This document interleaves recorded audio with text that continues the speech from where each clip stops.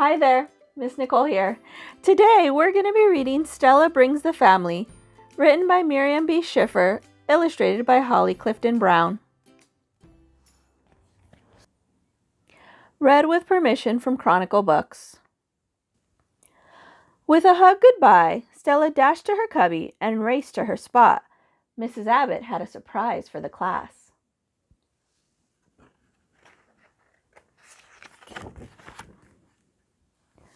We're going to have a celebration for Mother's Day, she said, and each of you can invite a special guest. Jonathan and Leon said they'd invite their moms. Carmen was sure her mama would come. But Stella had two dads. Everyone else had a mother. Howie had two.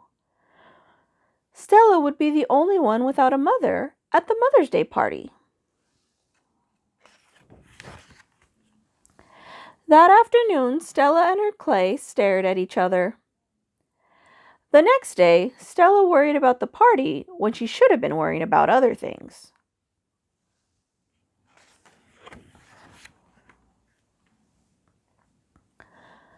All week, Stella's appetite was gone. "What's wrong, Stella?" asked Jonathan. "I have no mother to bring for the Mother's Day celebration." "No mother?" asked Leon.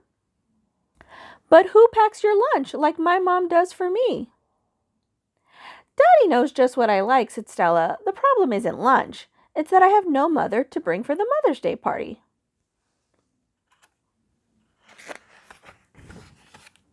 "No mother?" asked Howie.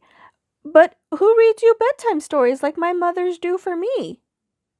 "Daddy and Papa read stories to me," said Stella. "But who kisses you when you are hurt?" Carmen asked. "Well, that's a long answer," said Stella. "I get lots of kisses when I'm hurt, either from Papa or Daddy or Nona, or Aunt Gloria or Uncle Bruno or Cousin Lucy. But I still have no special guest for Mother's Day."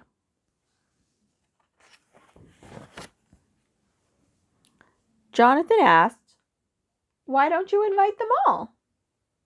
"What a wonderful idea," Papa and Daddy said. But Stella wasn't so sure.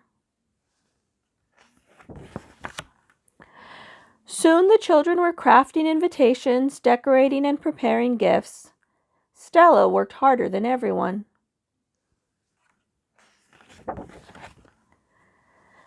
The big day arrived. Daddy, Papa, Nona, Uncle Bruno, Aunt Gloria, and Cousin Lucy went with Stella to school. She had so many guests. Stella hoped it would be okay. The party was better than Stella had imagined. Howie came with his two moms, and Jonathan brought his grandmother while his mom was away. Stella had the biggest crowd of all. They squeezed into the story circle and made frames for their art.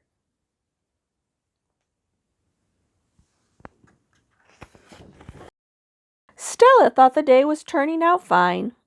In fact, it was better than fine. Papa was a big hit.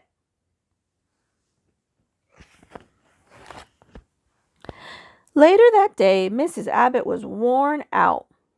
Stella told her not to worry. For Father's Day, she wouldn't bring nearly as many people. Just two.